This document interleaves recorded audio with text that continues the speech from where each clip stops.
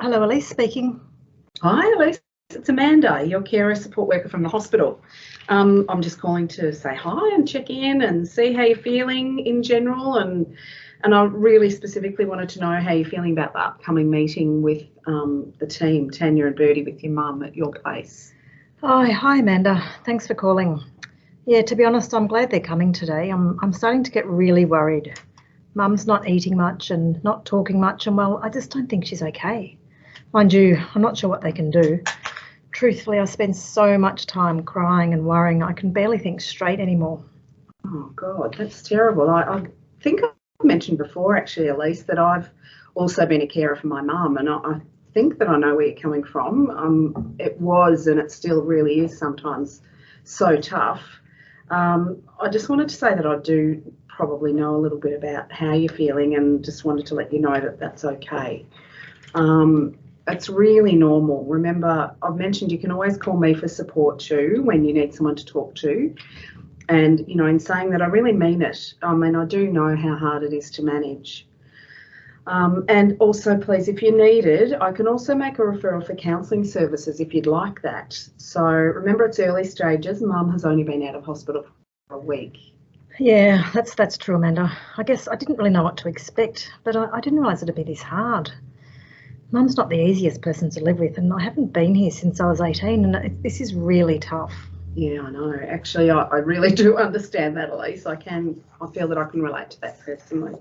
I moved out about the same age, so trying to adjust to caring for mum and the role change really takes a lot of patience and strength, and it is exhausting. It's so hard to be strong all the time, especially when you're the carer. The stress and trauma of what you've gone through, though, could be helped by having some therapy or some counselling sessions for yourself. Remember, you deserve to be cared for and supported as well, especially during this time of looking after somebody else and their needs. It might help you to find some ways for you to help care for yourself, and then that will be helpful with your relationship with mum, and then also in the caring role. So what do you think about that idea? Yeah, it sounds really good. Thanks, Amanda. I've been thinking about getting some counselling, but I didn't know how to go about it, and I'm actually really worried about the cost of it as well. I'd appreciate your help with connecting me in with someone if you know anyone. Yeah, look, I'm really happy to support you with that, Elise. No problem. I can make a referral to Carers Victoria or Tandem Carers. If you preferred, you can even log into the Carer Gateway online yourself, and they'll connect you with an appropriate counsellor within your ability to pay. I've had really good luck with these services for many of the carers that I've worked with in the past. So if you would like that to happen, and if I can help you with that, I'm happy to. So I can also really relate to let you know to the worry about the worry of the cost of counselling. That's really put me off in the past because it's really expensive. If you're paying for counselling, and then if you had kept the receipts and sent them to me, I can apply for that to be repaid to you using the Carer Support Fund, because you're entitled to that support as a carer. Oh, okay. Thanks, Amanda. I don't feel so alone anymore. I'm still anxious about today's meeting, though. I'm not sure who's coming or what to expect. Oh, okay. Yep, sure. Look, just remember it'll be Tanya, the clinician. She's great. And Bertie, your mum's peer support worker, is coming too. You've already met her. And we've all worked together all the time on the same team, and they're really lovely. So it's nothing to be worried about. I want to apologise that I can't attend today because we did think that it might be too many people for your mum to meet all at once at this time. But I do feel really comfortable with you being in their hands because we're all on the same team. So how about I give you a call after the meeting and check in with you again? Is that okay? Oh, okay. Thanks, Amanda. Talking to you about this and getting help with the referral for counselling really helps a lot. So I'll look forward to speaking to you after the meeting. No worries. Okay. Okay. Bye. Thanks. Bye.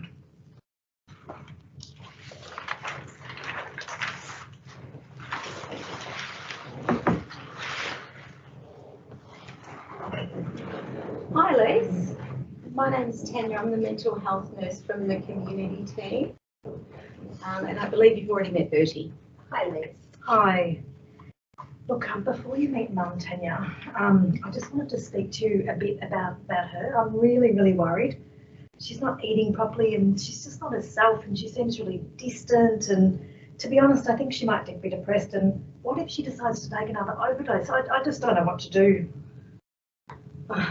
All right, well, it's not too surprising that you're feeling worried. Remember, at least she's only been out of hospital for a week.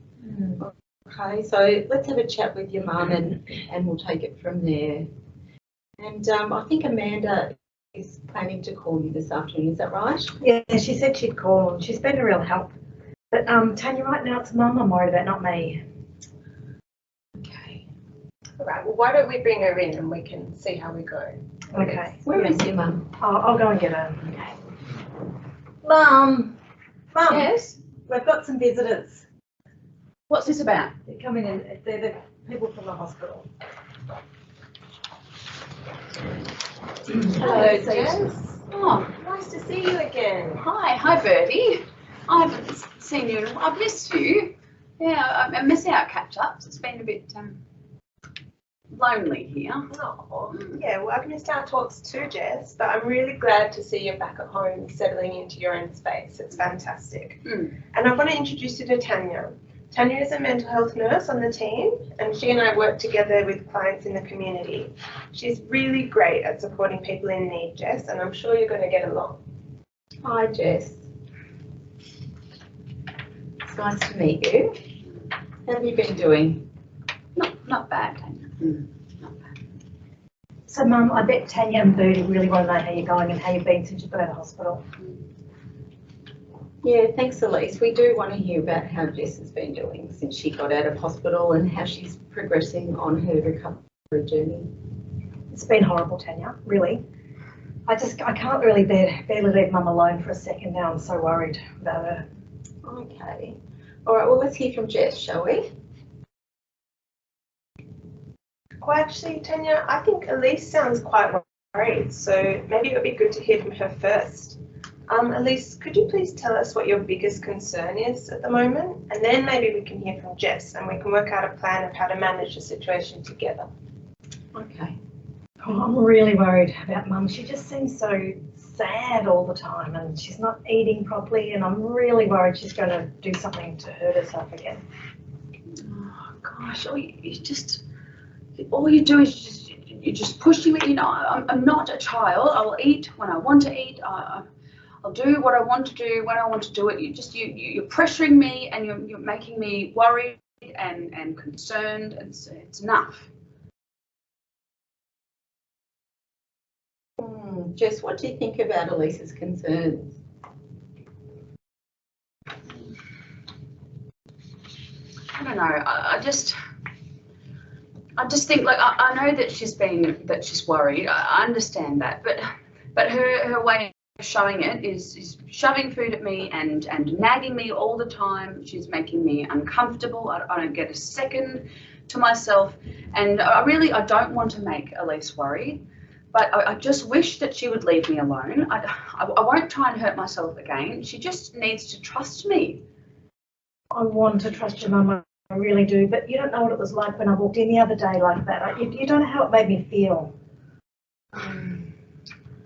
Jess, can you imagine why Elise might feel the need to be hovering over you at the moment? Well, not really. I'm just tired of her being in my face. Okay, Jess, that's fair enough to feel like that. But how about we pause for a moment and put ourselves in Elise's shoes? I know, personally speaking, I've been known to hover when I'm worried about someone and feel helpless. Don't you think that you might be worried if you'd found Elise after taking an overdose? I hadn't thought of that perspective. Oh, that would destroy me. That would be awful. I'm so sorry, love. I hadn't given a lot of thought about how hard this has been. I suppose I've just been wrapped up in my own feelings.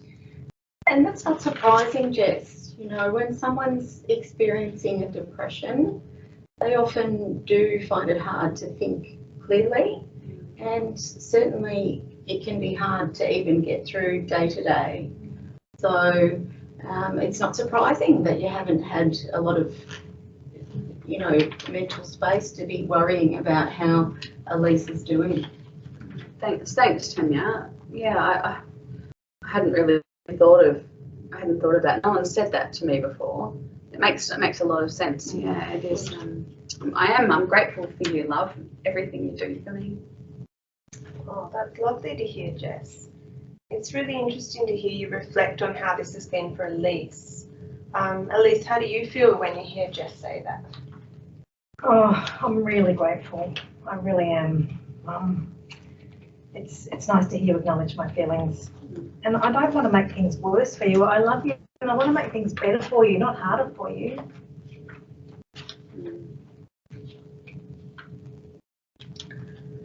All right, so let's figure out the best way. What do you think, Jess? What do you think the best way is for Elise to support you? Well, I need more space. I need some space. I need some time on my own. Yeah, I guess I can understand that, but it's hard. It's hard for me to do that when I'm so worried that you'll hurt yourself again.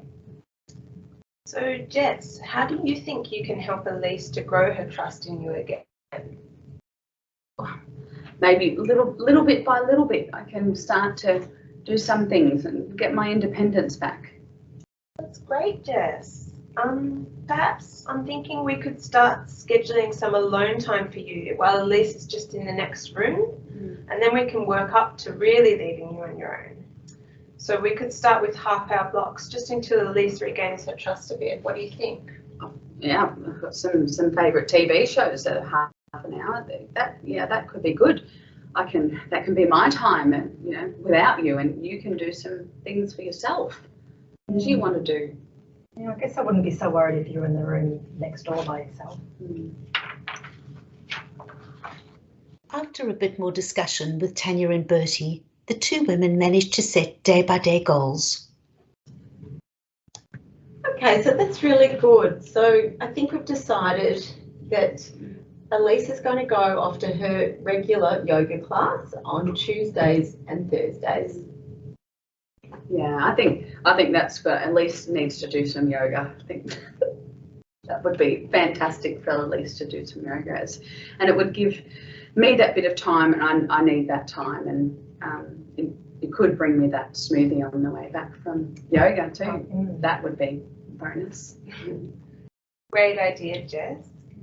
How about once you two are used to this routine, you and I could go out for a coffee while Elise is at yoga? Oh, I'd really like that. That would be wonderful. Good. And Jess, would it be okay if I came to see you again next Wednesday morning? Yeah, that'd be okay. That'd be nice. Good. And Elise, you'll be touching base with Amanda again this afternoon, is that right? Yes, I will be. Yes, thank you. This concludes our scene from the lives of Jess and Elise. As you've seen, Bertie develops a warm relationship with Jess based on mutual understanding, just as Elise was encouraged by Amanda to work on her own self-care and to feel supported.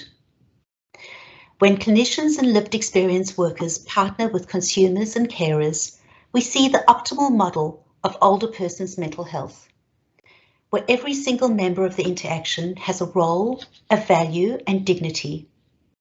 Spending time giving space to concerns and feelings with adequate supports through lived experience work, clinical expertise, medical treatment, active listening, and appropriate therapeutic interventions will hopefully become the standard of care for all services as we move forward. Clinicians may not have had the opportunity to partner with lived experience workers, and there may be assumptions about overlaps in roles, but working together, talking openly and respectfully will allow all voices to be heard and all participants to be valued.